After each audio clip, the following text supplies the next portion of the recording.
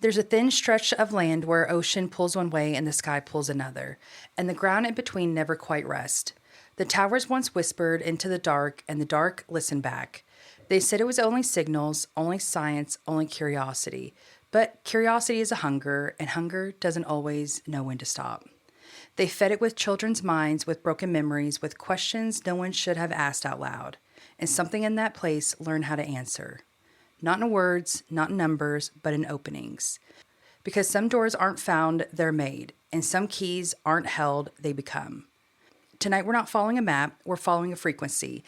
A hum under the world that never quite went silent. You can call it a story, you can call it a myth, you can call it a show that you once watched in the dark. But stories are how we remember what we're not supposed to touch. So listen closely, because tonight's story isn't just strange. It's contaminated, and it may still be spreading. Hey, y'all, this is Hauntmates, and we're your host. I'm Jeffrey Anderson. And I'm Mallory Anderson.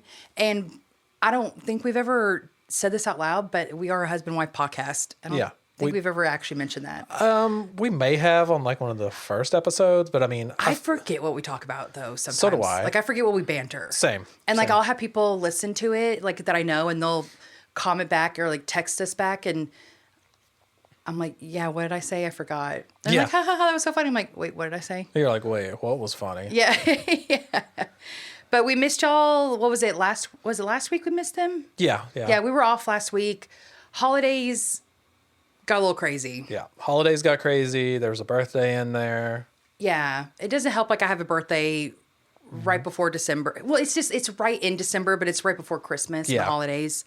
But I feel bad because I have a friend that's like born like the very last week of December, and I feel like that sucks because it's like everyone's already celebrated and got together exhausted, and everything like tired. that. Yeah. It's just, I think it's like December 1st, December 1st through December 31st is always hard. It just sucks, yeah. Which, I mean, it's also hard for me because mine's in January too, you know? Yeah, but I feel like January 22nd, like that's a good, like you've already had time off to relax. And like by the late January, people are excited to get back out. February, I feel like people are really more excited to celebrate back to birthdays 100%. And stuff like that. It doesn't help that my sisters are also born. I have a lot of people that I know that are born in February. That are Aquariuses. No, especially Aquariuses.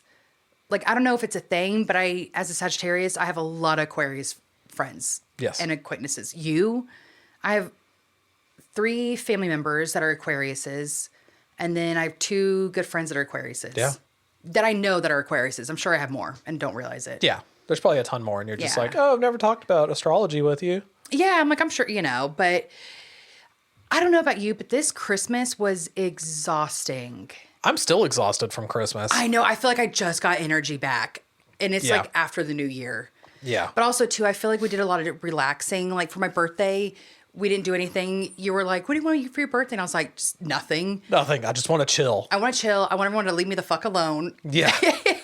I just want to have a few days to relax at home. Yeah. So like for my birthday, we both took the day off and like relaxed. And it's going to sound like really silly, but like I low-key was not like irritated, but just like, I have to reply to text. Yeah. You know what I mean? It's so bad. It's so annoying. I get it though. But I was just like, and then afterwards I was like, okay, it's good to feel loved. But it was just like, I think it's just a lot during the holidays. And then too, like we both work and I work more. Well, we both work in customer service, but I work at a doctor's office, and everyone in last minute. It's just chaotic, you know. Yeah. It is.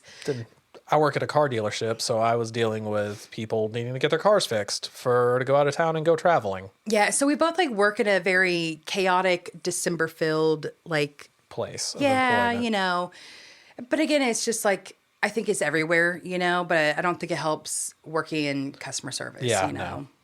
And then for New Year's, we also did nothing, but not like nothing. We just chilled at home, relaxed, watched Stranger Things, the finale. Yes, we did. It was so good. It was so good. What did you think? Because I know a lot of people are like, oh, I didn't like it. I thought it was a great ending. It was a great ending. And I like how, like, looking back at it, they did kind of leave it open for specific characters. Yes. So, yeah. You know, and I'm pretty excited. They left a lot of things open. They did. It's like the Duffer Brothers knew what they were doing. Mm-hmm. Like, I saw a thing where they kind of talked about it and said that, like, they knew what the ending was, like, from day one. Like, when they when Netflix first started actually talking to them about it. Oh, they had it all planned before. Not even that. Netflix is like, okay, well, you have the plan for the first season. We need to see what the rest of the series is going to be like. Yeah. Like they wanted to know, Kiwi, are you up here wanting to get a butt pat? No, I really liked the series. Same. I think it's the best original series since Game of Thrones. Yeah. And when I say original, like it's not like an original idea of an idea, but it's like Game of Thrones is off an original idea. You know what I mean? It's not something we've already seen done in movies and shows like that. Yeah, I get what you're saying. So like an original like media idea. Okay, I got you. If I have to get specific of what I mean, I don't know. I don't want to, piss somebody off, because apparently I said like too many times. Some YouTuber. Yeah. Like this. Oh, yeah. So that's what we were going to talk about. That's right. Kiwi, you in it? You in the podcast? I was like, it's funny because I'm looking at the monitor and I'm like, wait, which way is he? Yeah. What are you doing? Yeah, so we're going to play a drinking game for this episode. Anytime Mallory says like, you take a shot or drink or whatever. Or anytime I say, fuck yeah, same thing. And you have to be wearing a life alert because you will have to call 911. True story. Fuck yeah. No, I love the episode. I love the ending. And I will say there were questions that I wanted answers to, like certain, like we didn't get, and this is not like a spoiler, like this is a spoiler-free review. Yeah. But I will say, this got to be a spoiler, but it's not like anything minute. But is minute the right word to use? It's not anything major. Okay. But the spoiler is that I wished, like many of other people, would have known what happened to the pregnant ladies. Yeah. And then also too, like the government dealing with, because they were hunting them down. Yeah. And then it's like, well, what happened? You know what I mean? We just see the fizzle out, the aftermath, but we don't see like that aspect. But at the same time, I get it because I'm sure that's like a long legal thing to get into, Yeah. So they're just showing like the little fairy dust happens, a new scene's in, and life has kind of gone on, you know? So I get that. So if you could visit the actual real place that inspired Netflix, Stranger Things, would you? Yeah. Did you know there really is a place? I'm pretty sure I probably read it, but I probably just don't remember it since I read and watch so many weird conspiracy videos and... Yeah, and this one's a major conspiracy theory. So a lot of it is conspiracy theories. And there's like one thing I think that was actually factually, there's facts within it.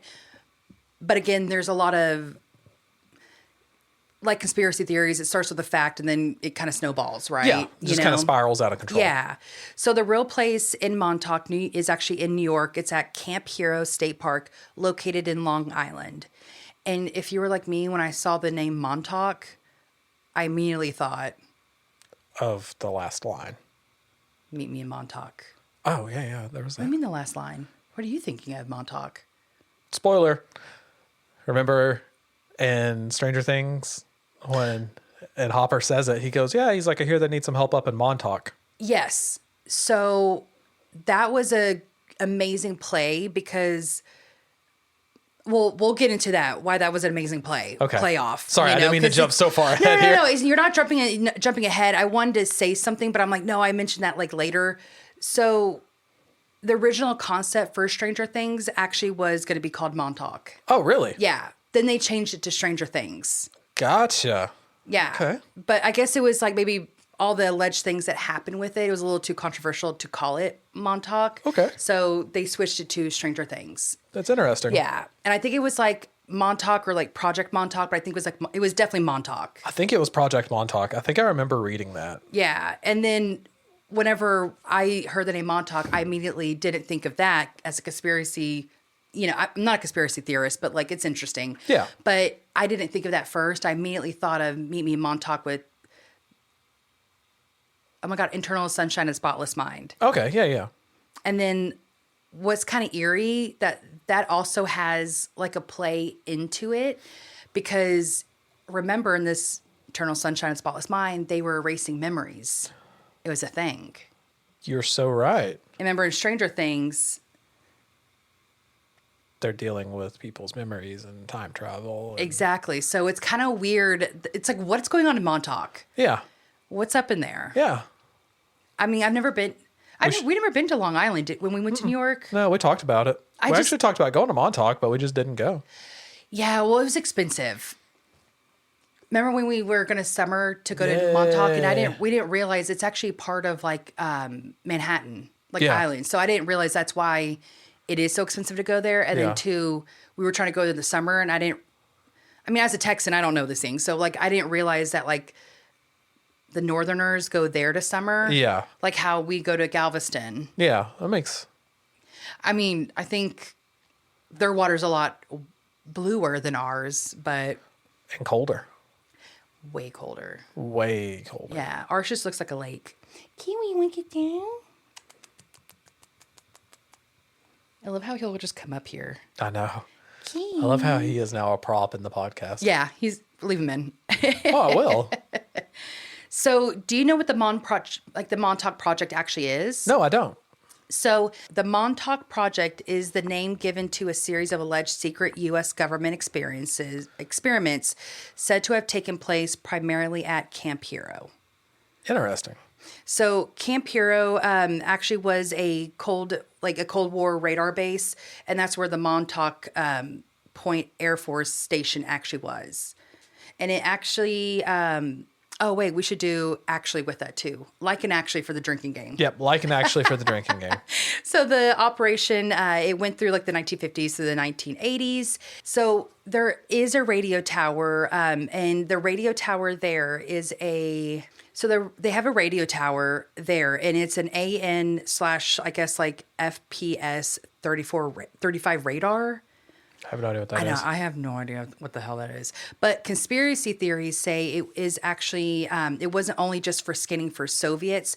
They claimed it actually broadcasted at 400 megahertz, a frequency that is used to experiment on the minds of the kidnapped children that were involved. Because there's kidnapped children also involved in this. Just like the real Stranger Things.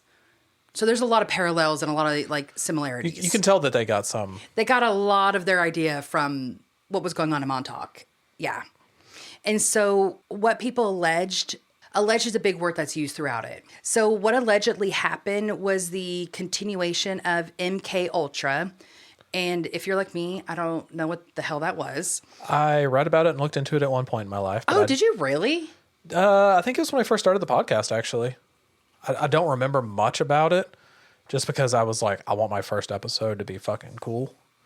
Oh, so you were talking about doing this as an episode? Just the MK Ultra thing. I remember reading about it. Oh, well, you can go more into depth because I definitely am just kind of giving you like Cliff Notes. Yeah, like Cliff Note versions of like what alleged happened, because there's a lot that fucking happened. Like people were talking about like Nazi scientists, like all these wormholes, portals, monsters, like the Soviets are involved. Like it feels very 1950s propaganda. Oh, yeah. Like be worried about the Russians and like monsters. And it was just a lot. Yeah. So I'm not going more into that. But so the MK Ultra was a covert central intelligence during the early Cold War to explore the mind control and behavioral modification techniques. It was active primarily through the 1950s to the early 1970s, and it became famous for its unethical experiments involving drugs, hypnosis, and psychological manipulation. And I think there's actually like somebody actually died from it. I think they gave him like too much drugs. Yeah. And I don't know what the drugs are, but I remember hearing something about that. Like they accidentally killed somebody. Was it MK Ultra like where they technically figured out like how to use LSD? LSD was involved. Okay. Yes. And I think that was one of the drugs that was used way too much. Gotcha. And that makes sense. I don't know if that drug specifically kills somebody, but I know it was involved with someone's death. Gotcha. But yeah, I don't know like exactly what it is, you know? Yeah. But speaking of LSD, you know how LSD was actually originally created? Wasn't it created for like housewives, like kind of like Valium or something like that originally? No, it was created as a headache medicine. Okay, that's what I meant. Yeah. It was created as a headache medicine. And whenever the guy, the scientist took it to see how it would help with his headache, he started, tripping. And so what'd he do? He took his bike and he ended up just biking on the Swiss Alps. Sounds like the fucking thing I want to do when I'm tripping balls. It sounds like the only thing to do when you're hallucinating that hard. You have to go outside. You have to just go outside and hope you don't fall off the earth. Yeah. Don't fall up. Don't go into the upside down. Don't go into upside down. Upside down. Boy, you pin me in the... I really do love the Stranger Things album, the soundtrack and stuff. But I was listening to Diana Ross, and now all my Spotify is Diana Ross, and I'm like, no. Go back to my early 2010s, early 2000s emo play music. Yeah, play for mix. real. Don't get it twisted. It was just because it was in Stranger Things. Yeah. But I mean, also, too, Diana Ross is queen. I can recognize, But I was like, no. It's like anytime I play ABBA, I'm like, no. Don't. Also, what allegedly happened with psychic and time experiments. So the experiments were all on children, and specifically children that were either kidnapped or runaways being trained as psychic weapons. And I heard one of the people I'm going to talk about actually verbatim said that they use children because their minds are easier to manipulate. Like they're weaker. Just like what was said on... Okay, Vecna. Literally Vecna. Vecna said that already. Yeah. So you can see literally... the people's quotes are even used in the dialogue of Stranger Things. That's pretty cool though. I love it. I love when people deep dive and they get really into something. Yeah. And it's very factual. Like when Robert Eggers does all of his films, especially The Northman. Yeah. The Northman's the most historically accurate Viking. Yeah. movie. And off subject for just a second here. The Northman was I tried watching it a few times, but I was always trying to watch it late at night. So it's We're tired, and it's a very dark movie. And we're adults. We're adults. If it's 10:30, dude, we're going to fuck to sleep. Yeah. So, It's so true. We have to start movies at 7 to stay awake. Yeah, true. Also, I'm wearing a Robert Eggers shirt. You are. You're representing. Yeah, I'm wearing the witch shirt. Okay.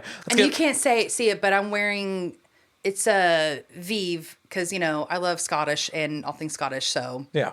Gotta represent Vive, Exactly. We gotta represent the things we like. Like Exactly. I said, buy the horror merch, buy the merch that you want to see, Exactly. And the people you like. Exactly. You gotta support them. Yes. Small business. Fuck yeah. Yeah, exactly. Look at us. But going back to what we were talking about. Yeah, sorry. No, you're fine.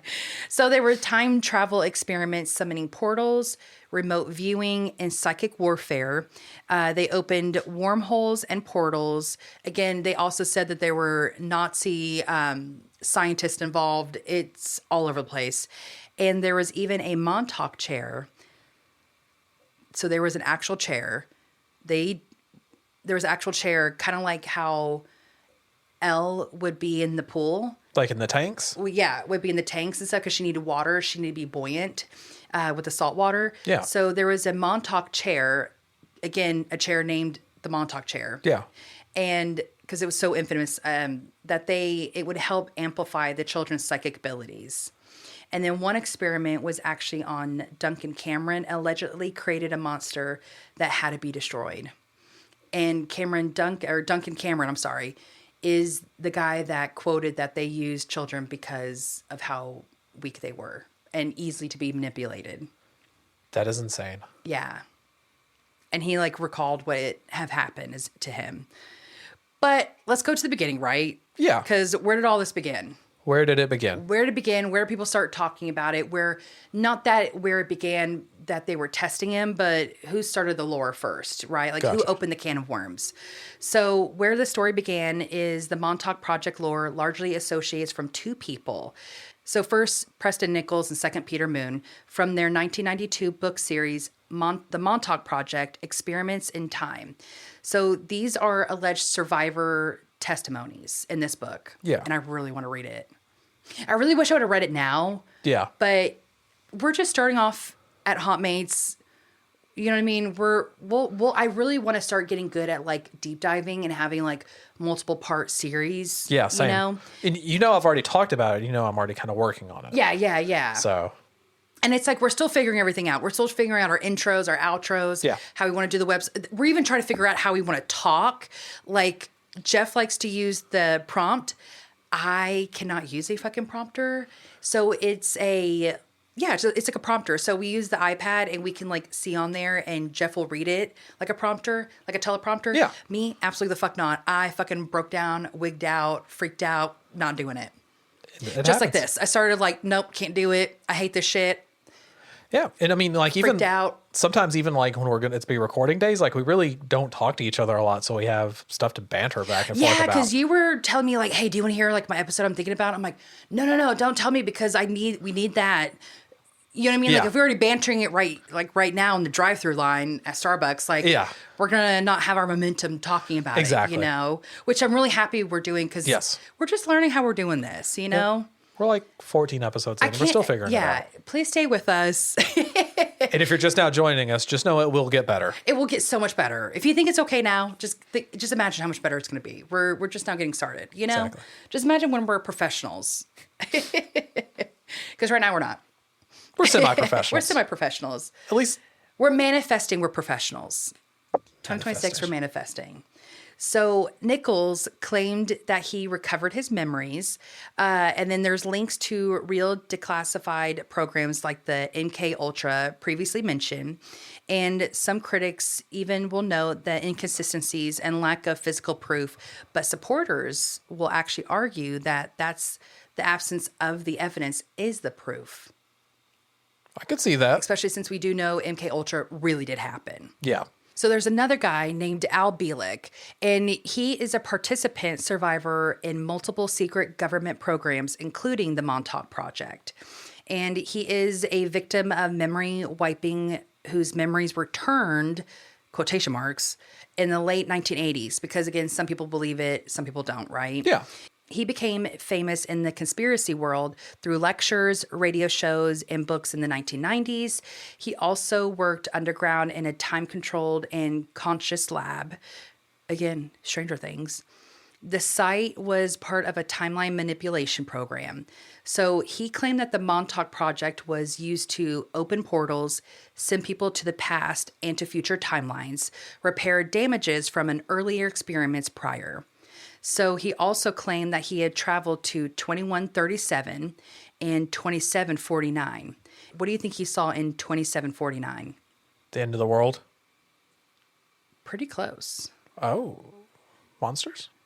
So allegedly he saw a collapsed U.S. government, a future run by artificial intelligence, aka AI, and environmental devastation. And that's so eerie and ominous because we literally just talked about like the monsters behind AI, or is AI the monster in our Frankenstein episode? Exactly. So we literally just talked about this. We literally just talked about it. And what's crazy is I saw a thing that they talked that, yeah, AI is free to use for so long, right? And like you can't pay for AI. There are free AIs. But what people don't understand is that it had to use so much water. So they had to use like hundreds of thousands, millions of gallons. That's Hundreds insane. of thousands, millions of gallons. They had to use a lot of fucking water, okay? And so that's where a lot of people, environmentals, are worried because it used so much water that it's going to worsen our environment because of it. Because you have to cool it down and keep it cool. Yeah. Because it wants to run so hot. It's like the PlayStation. It runs hot, Yeah, it does. We have to open that thing up when you play your games. Yeah, and just like with computers, like any computer, if it's closed, it has to open. It has to have air to, if not, it's going to overheat. Yeah. Like just like your video camera, your videography, it has a fan to it so it doesn't overheat. Yeah. But these will, I guess it's so hot, it has like water coolants to it and all that. Okay. I mean, I don't know exactly how it works, but I just know that's what they were saying. Yeah. And then also too, Al is controversial because non-believers will say his timeline changes. But again, believers will argue that his accounts align with both Preston Nichols and Peter Moon, and that he may just be remembering it later because of memories being wiped. Yeah. So, who knows? Yeah, so the last person we're going to talk about is Nina Kulagina. So, obviously, I know you don't know who that is. No, zero idea. But you have seen her in media, and you have seen her in Stranger Things, or seen her represented. Is it Elle? Yeah, it is. I was like, wait a minute. Wait a minute. Wait a minute. I was like, ooh, do I lead him on? I was like, or like tease him, like, ooh, is it? But no. Yeah, it is. Good guess. So she's a Soviet woman who claimed to have psychic abilities, specifically psychokinesis. So just like Elle, she could move things with her mind. That's pretty cool. I know, right? I wish I had that power. Yeah, I'd be so much lazier. I just feel like, sweep for me. Vacuum for me. Forget a Roomba. Just use my mind. Just do it with your mind. Dude, if you could use your mind to do that, you could just like open a window and just suck it all out. I mean, literally. I would deep clean the house. Boom. Pick up this. Do this laundry. I know, that'd be cool. It'd be like walking into like the Weasley's homes where it's like all this magic is just doing the work. Yeah. Like you'll do a lightly something. Like I'll wipe down a counter, but if I don't have to like deep clean something, just like we deep cleaned like the past couple days just to like new year, new us. You know what I mean? Like just trying to get rid of all the old, I would do that all the time. Same. So her case became one of the most famous psychic experiments during the Cold War. So in season 5, episode 4, it's actually titled The Nina Project, where 11 is taken to a program called Project Nina. So that was a cute little tie-in.